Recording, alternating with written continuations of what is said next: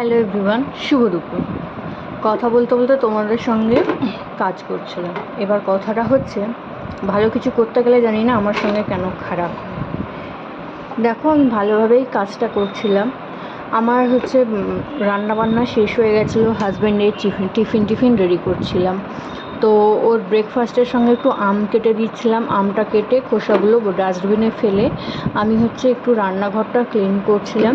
তো ক্লিন করতে করতে দেখো ঘটনাটা কী হলো, ব্যাস নিনের কৌটোটা। এবার বলো তো আমার সঙ্গে এরকম কেন হয় আমি বুঝি না। তা দেখলাম ভালো করে, কাঁচের যেহেতু কৌটোটা, তাই জন্য ভালো করে দেখলাম যে ভেঙে গেছে কি না। আচ্ছা, তোমাকে আমরা একটা কথা বলার ছিল, কারণ কথাটা এইভাবেই যে নুনের কৌটো নাকি সবসময় কাঁচের হওয়ার দরকার। এটা আমি যেহেতু আমার বাড়ির থেকে শুনিনি, বাট একদিন ফেসবুক ঘাঁটতে ঘাঁটতে একজনের ভিডিওতে আমি শুনেছিলাম যে একেবারে রান্নাঘর নুন শূন্য করতে নেই, নুন একটু না একটু রাখতে হয়, আর সবসময় কৌটোটা কাঁচের হতে হয়। এটা কি সত্যি? তোমরা জানলে আমাকে একটু জানিও তো। তাই জন্য আমি প্রায় কৌটোগুলো কাঁচের করার চেষ্টা করছি। আর তার থেকে বড়ো কথা, আমার এমনি কাঁচ আর মাটির জিনিসপত্রগুলো আমার বেশ ভালো লাগে। সেরামিক বলো, মাটির বলো, কাঁচ, এই তিনটে জিনিস আমার বেশ ভালো লাগে। তো যাই হোক, এক কাজে দুই কাজ হয়ে গেল। কাঁচের বাসনে আমি নুন রেখেছি, কিন্তু আমার এই যে একটা ব্যাপার হচ্ছে, কোনো জিনিস আমার কাছে ঠিক টেকে না প্লাস্টিক ছাড়া, দুমদাম করে ভাঙতেই থাকে।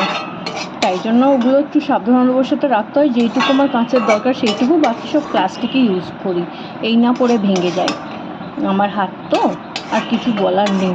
তারপরে দেখো আমি একটু খারকোল পাতা বাটলাম, কেউ খারকোল বলো, কেউ ঘ্যাটকোল বলো, আর এটা খোসা বাটা। বিভিন্ন রকম খোসা টোসা দিয়েই বেটেছি এটা আমি। পটল খোসা বলো, ঝিঙে খোসা বলো, সব রকম দিয়ে।